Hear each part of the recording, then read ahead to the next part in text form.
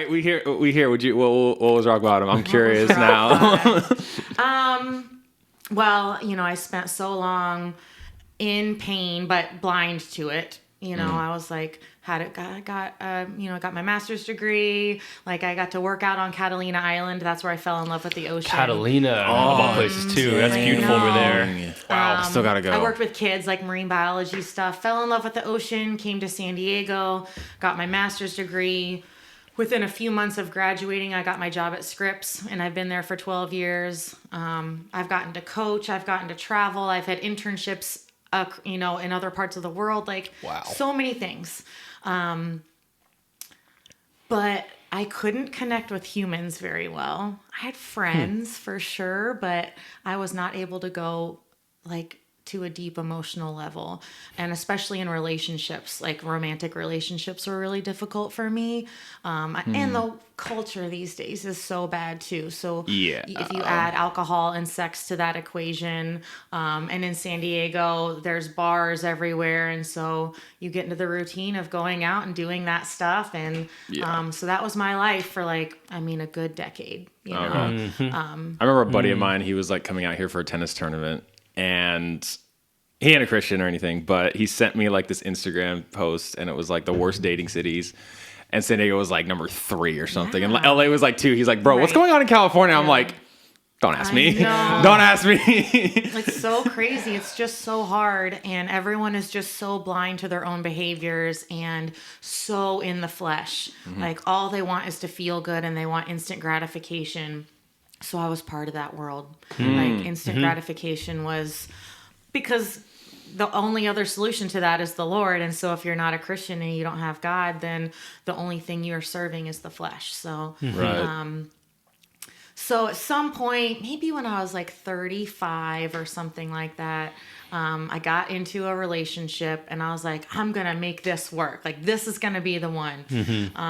Let him move in with me. Like, just was ready to be chosen by someone. Wasn't being chosen by the Lord, because I didn't know I was supposed to be being chosen by the Lord.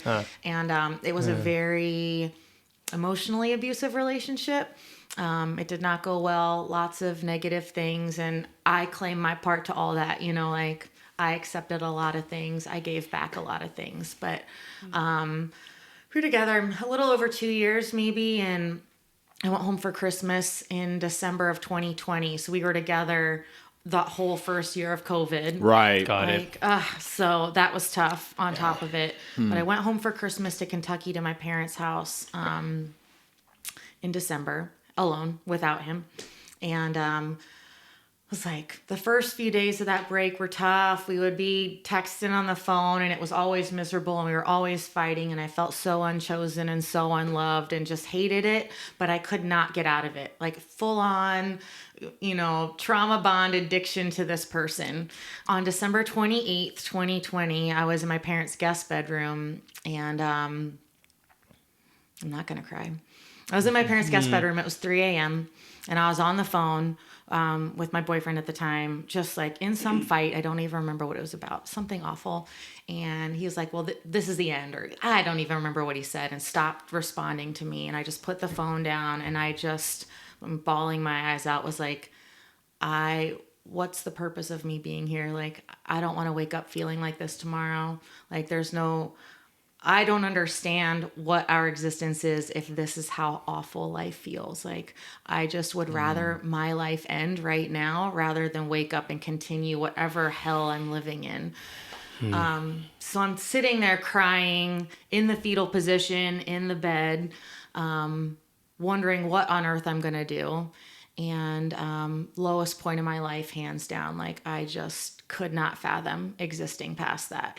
And all of a sudden, I was like, I could see myself in the bed. I was wide awake.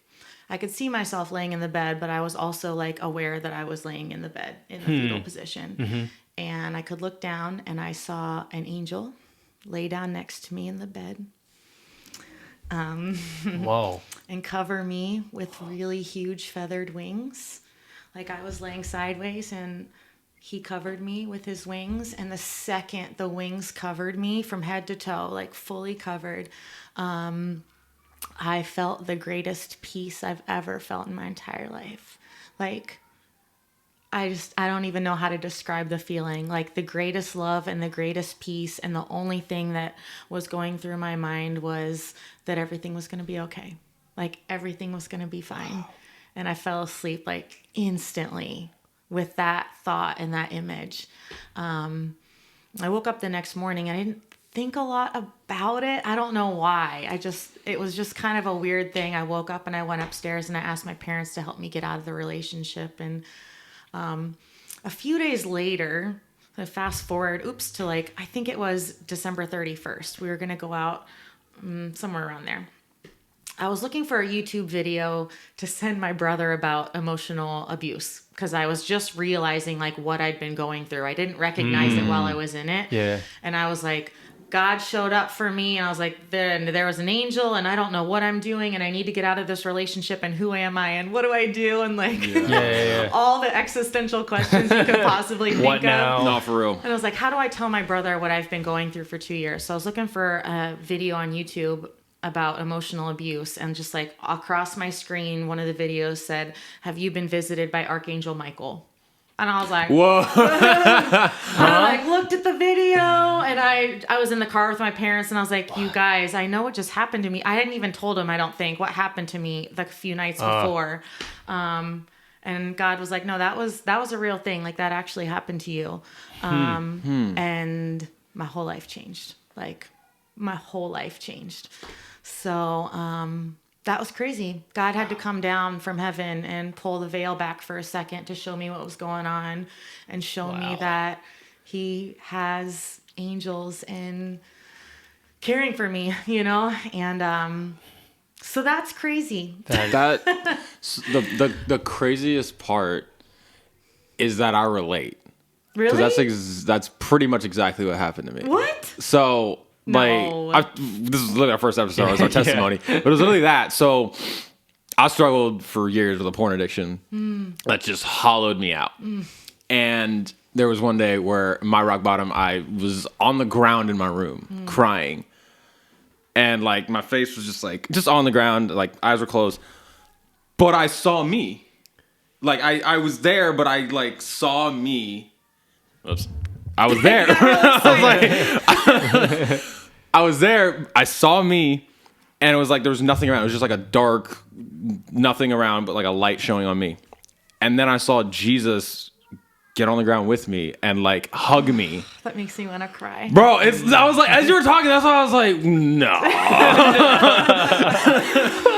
That's crazy. My peace came 2 years later, though. Yeah. I still felt like trash for 2 years, but no, like it was. That's wild. Literally the same. I love that. Wow. Thank you for sharing that. Oh, man. God works in mysterious ways, doesn't he? He does. I always am like, I don't know how to describe that like third person point of view of like, I was seeing myself, but I was also the person crying on the bed. Yeah. But I could see the angel, but feel the angel. I was like, I don't know. I feel That's that, really cool. To me, that happens in dreams a lot. I can, like, there are times I see myself. Like, it's close. It's like you can kind of detach and see. Yeah. Mm-hmm. But this one's so different. It's just like you're both.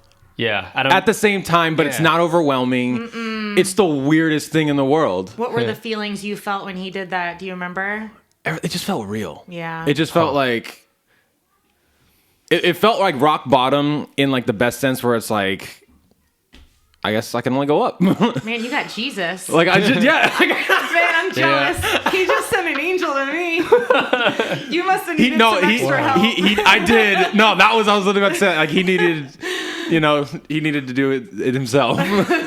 He's like, guys, stand like, back. This guy needs a little bit of extra touch, a little extra love. He knew he made me with it as a thick head. So that's amazing. Yeah. 2 years. Mine was 9 months. I mean, I like came back to San Diego and got the guy to move out. My family came out and helped me and stayed with me and protected me, all this stuff. Wow. So, whole and then shebang. Here I was, like a brand new human being sitting in my house, like, what do I do? What do I do? What's next?